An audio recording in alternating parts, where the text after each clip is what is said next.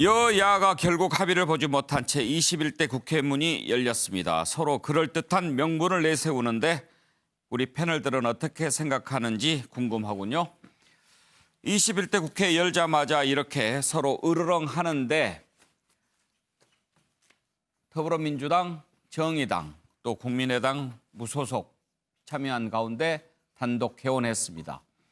미래통합당이 국회 본회의장에 들어왔을 때 함께 하는가 그렇게 생각했는데 일단 이것은 잘못된 것이다 라고 비판하고 의장단 선출을 하는데 모두 일어나서 퇴장했습니다.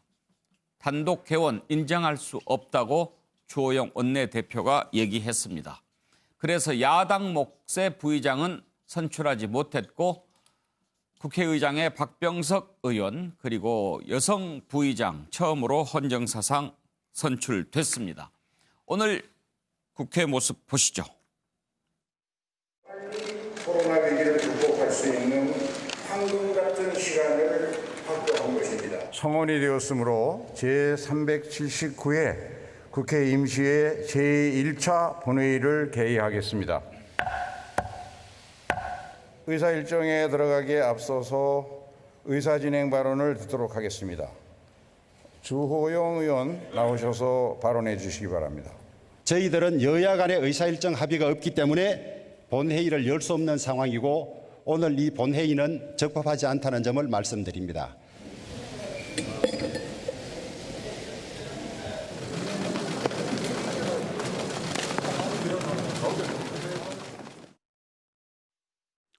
본회의가 열리기 전까지 협의를 거듭했습니다. 하지만 상임위원장 배분 문제와 자의적인 법 해석으로 국회의장 선출을 함께하지 못한 것이 아쉽습니다. 민주당은 좌고우면하지 않고 다음 걸음을 내딛겠습니다. 국회법이 정한 일정대로 상임위를 구성하겠습니다. 코로나 경제위기 극복을 위해 3차 추경이 시급합니다. 미래통합당과는 당장 오늘부터 최대한 협상하고 협의하겠습니다.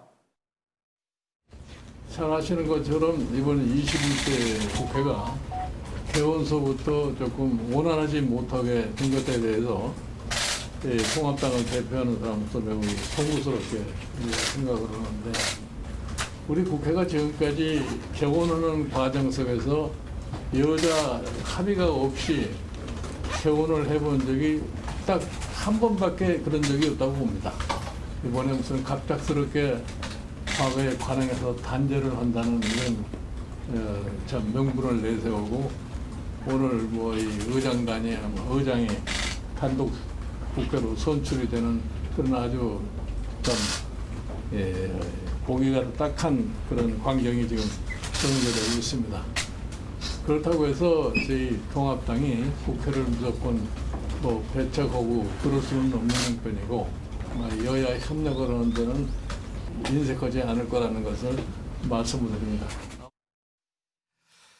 예, 여러분 잘 아시다시피 오늘 국회가 이렇게 반쪽 개원하게 된 가장 큰 이유는 상임위원장 배분을 둘러싸고 여야 간의 합의가 되지 않아서입니다. 가장 큰 이유는 법사위원장, 그동안 야당이 차지해왔는데 이번에는 안 된다라는 것 때문이죠. 법사위원장 자리가 뭐길래 그런지 그것은 조금 이따 살펴보기로 하고 자, 177석을 여당에 몰아준 국민의 뜻이 무엇일까요? 민주당은 그동안 야당의 발목 잡기에 절절 매는 그런 모습 보여주지 않고 법대로 제대로 해보겠다. 그렇게 하라고 우리에게 표를 많이 준 게 아니냐. 국민들의 뜻을 그렇게 해석하는 것 같고 야당은 그렇게 많은 의석을 가지고 있으면 야당에도 많이 배려해주고 협치하고 그러면서 이끌어 나가라고 하는 뜻이지 그렇게 힘자랑하면 되겠느냐 이렇게 지금 반발하고 있습니다.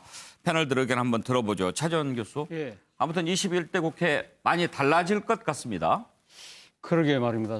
그런데 사실 뭐 국민들 그러니까 우리가 이런 말 많이 쓰잖아요. 시작이 반이다. 예. 뭐 첫 단추가 잘 예. 끼워져야 된다. 뭐 이 이야기를 하는데 그런 측면에서 보면 상당히 좀 실망스러운 건 분명히 있는 것이죠. 그럼에도 불구하고 오늘 그나마 그래도 그 미래통합당이 아예 거부를 하지 않고 예. 일단 본회의 들어가서 일단 그 지금 표결 과정에서 이렇게 뛰쳐나오긴 했습니다만 그런 측면에서 봤을 때는 뭐 그리고 또 하나 앞서 뭐 우리 자료화면에 나왔습니다만은 이 지금 김종인 지금 비대위원장께서 하신 얘기가 우리 그렇다고 해서 우리가 국회를 배치할 생각이 예. 없다. 그리고 지금 여야 협력에 인색하지 않겠다는 이야기를 하셨기 때문에 저는 오늘 뭐 미래통합당 입장에서는 거대 야당의 행포에 대해서 나름대로 할 수 있는 뭐 이 지금 그 이 최소의 저항을 아마 보여준 것이 아닐까 생각이 드는데 그런 측면에서 상당히 실망스러운 점은 있지만 그럼에도 불구하고 오늘 뭐 일단 국회는 개원을 했고요. 그리고 지금 8일까지 지금 상임위원장을 뽑고 선출하면 되거든요. 시간이 남아있기 때문에 저는 물밑 접촉을 통해서라도 빨리 지금 이 야간에 그런 여러 가지 견해차를 좁혀서 좀 이 국회가 지금 빨리 됐으면 하는 바람입니다. 무엇보다도 지금 코로나19 사태 때문에 예. 상당히 모든 국민들이 힘들어하고 있는데 이러한 상황에서 국회가 제 역할을 못해서 더 큰 또 이 여러 가지 또 이 그 불편과 또 여러 가지 또 이런 피해를 끼친다고 한다면 그거는 뭐 말 그대로 지금 국회에 대한 국민들의 원성을 자초하는 길밖에 안 될 거라는 걸 여야 모두 원이 잘 알 겁니다. 근데 저는 오늘 지금 여기서 드리고 싶은 이야기는 제가 판넬에서 차라리 이 지금 성자 독식을 이렇게 썼는데요. 미국 같은 경우는 지금 딱 한 석이라도 많은 정당이 상임위원장을 예. 다 갖고 갑니다. 그죠? 제가 2003년도에 한나라당 출입 기자를 했습니다. 그때 당시 한나라당 대표가 최병렬 대표이셨는데 예. 몇몇 기자들하고 이렇게 식사를 하시면서 이런 이야기를 하셨어요. 그 다음에 있는 2004년도 총선 때 내가 이런 공약을 한번 걸고 싶다. 예. 우리 국회도 미국처럼 단 한 석이라도 많으면 그 모든 그러니까 한 석이 많은 당이 전부 다 이렇게 상임위원장을 다 갖고 가는 그런 식이 된다고 한다면 책임 정치라는 측면도 그거 좋을 것 같고 그리고 항상 이 국회의원 구성을 놔둬놓고 항상 이렇게 줄달리게 하는 이걸 통해서 국민들에게 상당한 실망과 불신을 자초하는 모습들을 우리가 좀 극복할 수 있지 않을까 그런 말씀을 하셨는데 물론 뭐 최병렬 대표가 그 다음에 이 뭐 그 총선 직전에 물러나시는 바람에 그것이 실현되지 못했습니다만 제가 생각했을 때 차라리 차제에 뭐 지금 당장은 아니라 하더라도 다음 회기부터는 이 차라리 단 한 석이라도 많은 정당이 모든 상임위원장을 독식을 하고 거기에 대한 책임을 지는 그런 형태로 가는 것이 저는 오히려 차라리 바람직하지 않을까 하는 생각도 해봅니다. 만약에 이번에 민주당이 그렇게 한다면 예. 그게 또 선례가 될 수 예, 있겠죠. 그런 선례도 될 수 있죠. 예. 그래요.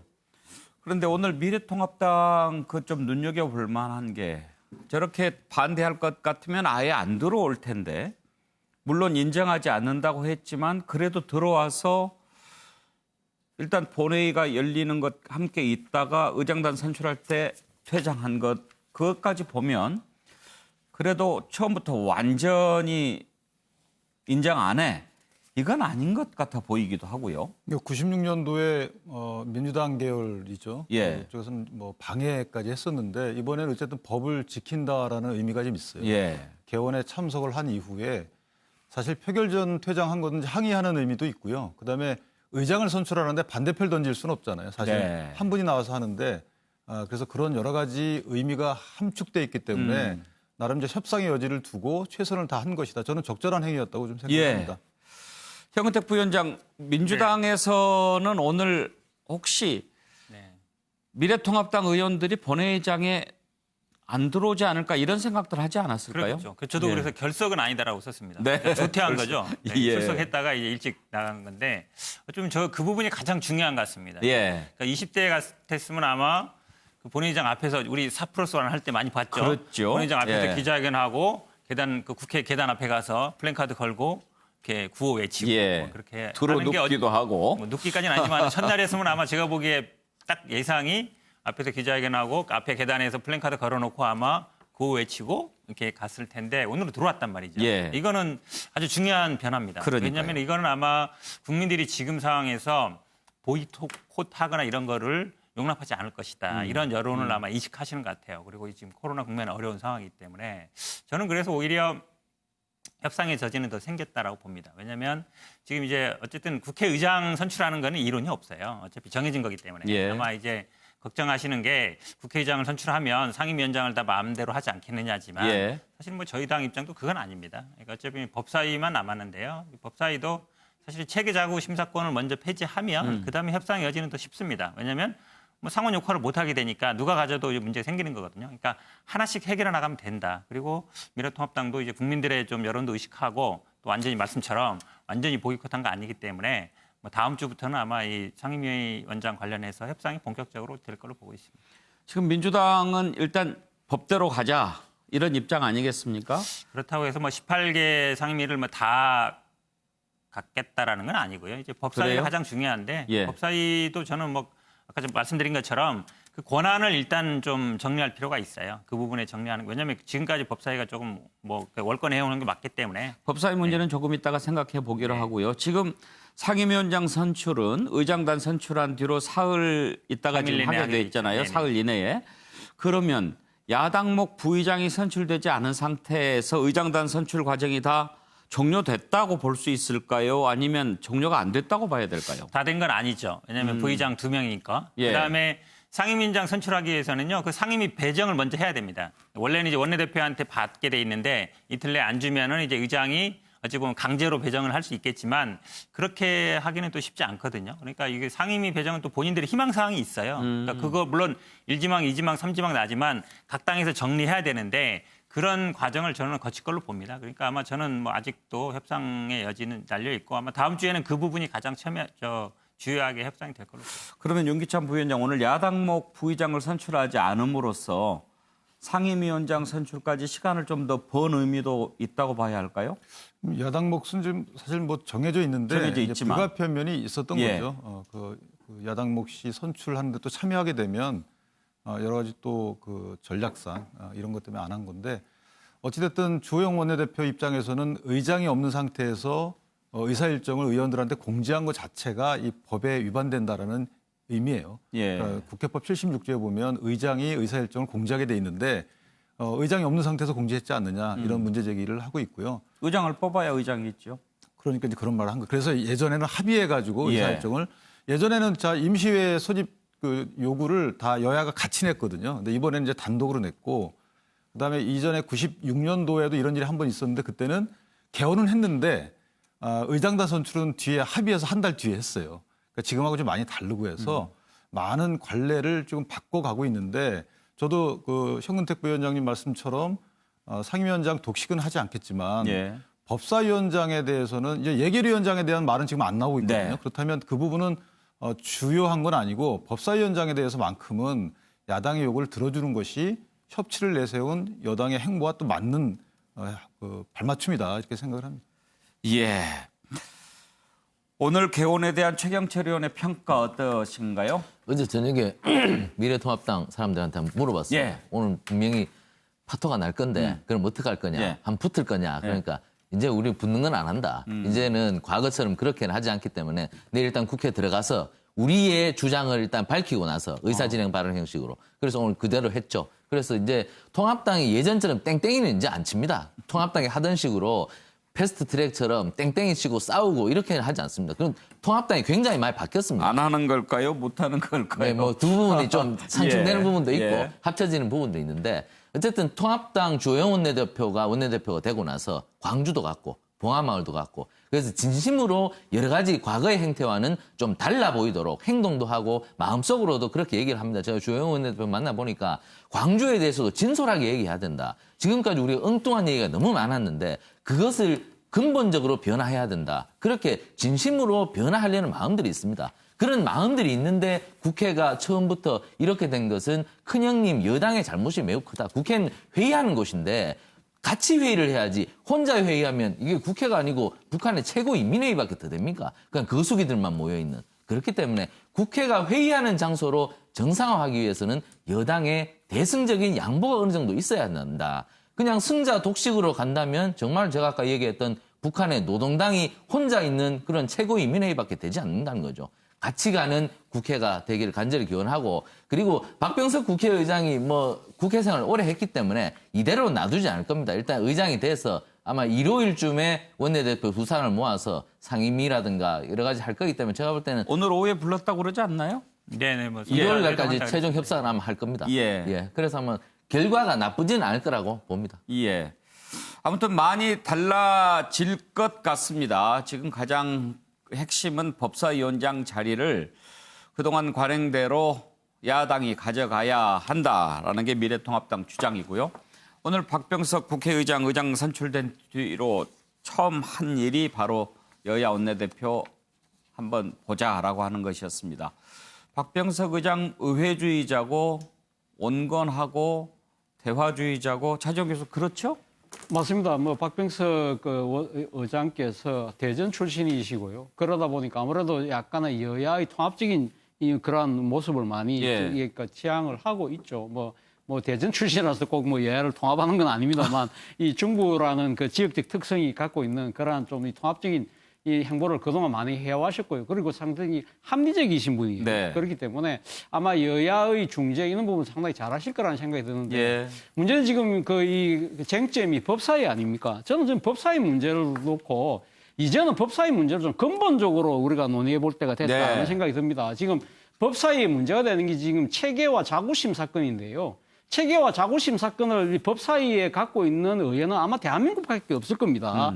우리가 1948년도에 정부가 수립되고 난 뒤에 출범했던 재헌의회 시절만 하더라도 그러니까 이 지금 판검사 출신의 법조인 출신들이 거의 없었거든요. 그러다 보니까 사실 이 지금 이 각 상임위에서 만들어내는 법안들하고 헌법과의 그런 그러니까 이 지금 상충 여부 그리고 또 다른 법들과의 그런 문제 그리고 또 이 법률상 비법률적인 용어들 이런 부분들에 대해서 마지막으로 누군가가 한번 좀 들여다봐야 되는 것이 아니냐.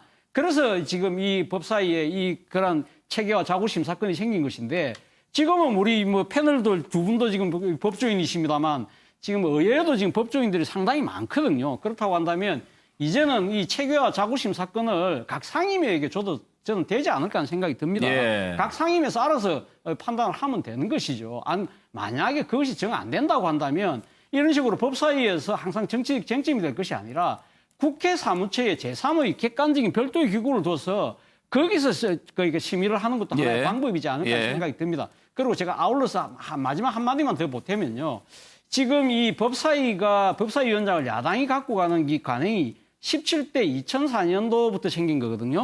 그런데 그러니까 그렇다고 하면 그 뒤에는 그럼 다 야당이 했느냐? 바로 2016년 총선이 끝나고 나서 그때 당시 원구성 때 그때 이 초대 법사위원장은 누구냐? 권성동 의원입니다.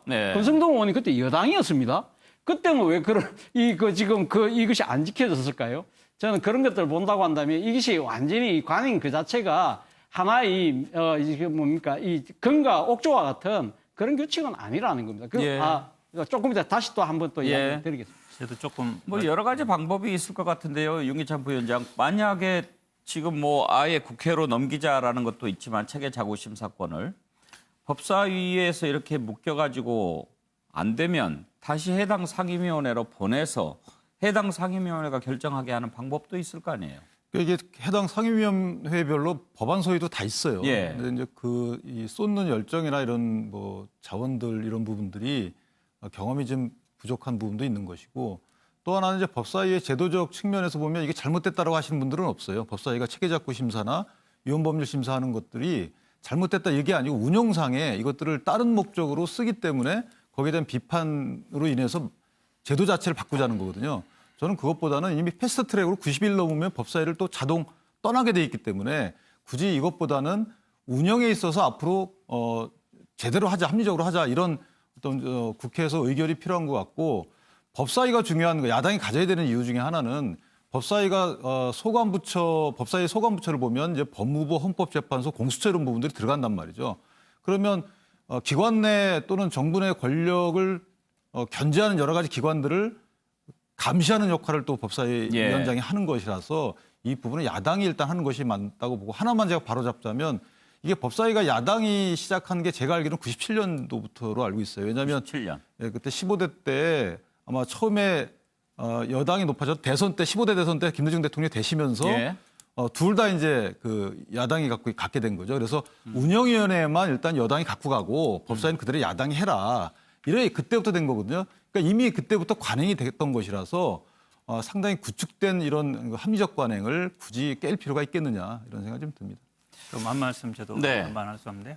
아까 차재현 교수님 잘 말씀하셨죠. 20대 초대 권선동 의원이 했습니다. 예. 그때 여당이었죠. 그러니까 관행으로 구제됐다는 건 안 맞는 얘기고요. 사실 법사위가 뭐 월권행위 해온 건 너무나 잘 알고 있죠. 왜냐하면 그 자구 심사권을 핑계로 해서 뭐 현안 다 했어요. 국토부 장관은 장관도 부르기도 하고 법무부 장관뿐만 아니라 원래는 법무부 장관 불러야 되는데 뭐 국방부 장관 부르기도 하고 행안부 장관 부르기도 모든 장관들이 다 나옵니다. 왜냐하면 법 통과가 안 되니까. 말씀처럼 이미 상임위에서 통과한 것도 다시 또 법사위를 거쳐야 돼요. 그리고 저는 오히려 좀 타협의 방법일 수도 있는데 아마 주영 원내대표가 법사위를 민주당에 양보하면 아마 당내에서 버티기 힘들 겁니다. 비판이. 그렇다 그러면 오히려 법사위나 뭐 예결위 정도는 그냥 민주당이나 아니면 여당에서 결정해 주는 것도 하나의 방법일 수 있다라고 생각합니다. 그래요. 법사위원장 자리를 야당으로 주든지 아니면 법사위원의 권한을 조정하든지 이런 부분들 아마 주말 사이에 좀 여야 간의 대화가 있지 않을까 싶은데요. 박병석 의장이 오늘 또 여야 원내대표 불러서 좀 잘 좀 해달라고 얘기도 했으니까요. 관련된 녹취를 한번 들어보실까요? 네, 오늘 첫날인데 여러 가지 아쉽습니다. 지금 민생 문제가 대단히 절박하고 국가의 의지가 심각한데 조속한 시일 내에 원구성의 협의를 마쳐야 되지 않겠습니까? 두 번째서 여러 가지 사정을 감안해서 열린 마음으로 적당히 임해 주시기 바랍니다. 만약 그 합의가 되지 않거나 국민의 뜻에 부합하지 않는다면 의장이 결단할 겁니다. 예. 최경철 의원 전망은 어떻습니까? 의장이 결단한다고 하시니까 예. 결단하지 않겠습니까? 원래 관행대로 안 된다면 그렇죠. 여야 원내대표를 불러서 예. 여야 원내대표 스스로 합의가 안 되면 국회의장이 결단을 내려야 되겠죠. 빨리 원구성을 해야 되고 합의 전망은 어떻습니까? 합의 전망은 지금 좀 낮죠. 왜냐하면 민주당이 지금 강하게 좀 드라이브를 거니까 예. 지금 다 하겠다는 거지 않습니까? 상임위원장 전체를. 그런 부분에서 민주당이 양보할 가능성이 조금 낮습니다. 지금 제가 볼 때는. 그 예. 기류가 만약에 합의를 하려고 그러면 벌써 합의가 됐겠죠. 그런데 그 합의가 안 되는 거 보면 민주당 당내에서 기류가 조금 완강한 것이 아닌가. 그렇다면 누군가가 3자의 중재가 필요한 것 같은데 두 원내대표가 합의할 가능성은 좀 낮습니다. 왜냐하면 이미 28일 날 청와대 가서 아주 화기애애하게 분위기를 만들어 놓고 나왔는데도 지금 합의가 잘 안 되고 있거든요. 그런 측면에서 두 사람이 합의는 가능성은 좀 낮은데 박 의장이 좀 중재를 나선다면 좀 합의 가능성이 높아지지 않을까. 제가 이 국회의 관행이라는 것이 굉장히 중요한데요. 이게 오늘 주영훈 원내대표도 의사진행 발언에서 이 관행이 평화민주당 시절 김대중 정부 시절부터 이 관행이 이어져 왔다. 여야가 합의를 하고 그래서 원구성을 하고 그렇게 합의가 이루어져 왔는데 그렇다면 이것은 단순한 관행이 아니고 일종의 원칙이 되었는데 이 원칙을 깬다는 점에서 매우 아쉽고 안타깝다고 얘기했는데 이 원칙이 만약에 국회에 살아있다면 원칙도 사실 굉장히 중요한 것이거든요. 그 관행이 원칙화 되었다면 그렇다면 그 국회의장께서 이 부분에 오랜 전통을 아마 다선 의원이니까 잘 알고 계시니까 이 부분에서 좀 중재와 조정을 해서 아마 제가 볼 때는 법사위원장을 야당에 줄 수 있는 결단을 아마 하시지 않을까 저는 이렇게 예측을 합니다. 그거를 국회의장이 결단한다고 됩니까? 그건 아니죠. 그건 아니죠. 지금 국회법에 보면 상임위원장 같은 경우는 상임위원장 투표는요. 그러니까 누구나 다 출마한다는 것도 없습니다. 그냥 예. 이 제적의원들이 해서 가반수 득표를 얻어야만 되는 거거든요. 네. 그거는 교섭단체 간에 합의해서 우리가 이 사람 내정하기로 하고 누구에게 준다는 사전 합의가 없으면 중구난방으로 누구나가 다 예. 될 수 있는 상황이기 때문에 그건 쉽지 않은 상황이고요. 법사위 관련해서 제가 한 말씀만 더 말씀드리면 2017년도에 세무사법이 통과된 적, 개정안이 예, 통과된 예. 적이 있어요. 이때 이 세무사법의 이 내용이 뭐냐면 지금 그 옛날 사법시험을 통과한 사람 같은 경우는 변호사 자격증을 주면서 동시에 세무사도 같이 할 수 있는 그렇죠. 이 부분에 대해서 세무사들이 상당히 문제가 예. 많다. 이걸 갖다가 개정해달라고 해서 기획재정위에서 개정을 했어요. 그 넘겼는데 법사위에 가니까 법사위 율사 출신 의원들이 대다수가 있으니까 이분들 입장에서는 자기 밥그릇이 줄어들잖아요. 안 하는 거예요. 안 하니까 그러니까 기획재정위에서 5분의 3의 동의를 얻어서 90일 지나고 난 뒤에 이걸 그러면 바로 본회의에 바로 상정시켜달라. 네. 의장한테 이래서 법사위에 패싱돼서 넘어간 적이 있습니다. 앞서 방금 우리 윤기찬 변호사께서 잠시 말씀을 하신 그 부분인데 사실은 근데 이 5분의 3이라는 상임위 5분의 3이라는 게요. 이제는 민주당을 비롯해서 법력금이 모든 상임위 5분의 3을 다 차지하고 있어요. 그렇다고 한다면 이 세무사법 통과시킨 거 똑같은 케이스가 앞으로는 90일 동안 아무리 갖고 있다고 해도 야당이 법사위원장 하더라도 90일만 버티기밖에 못 한다는 거죠. 그거는 서로 거꾸로 이야기하면 야당의 입장에서도 90일밖에 못 버티는 거고 여당의 입장에서 90일만 참으면 되는 거기 때문에 저는 이 법사위원장 문제가 그렇게 심각한 문제는 아니다. 지금 현재의 이 의석 구도화에서는 그런 생각이 듭니다. 예.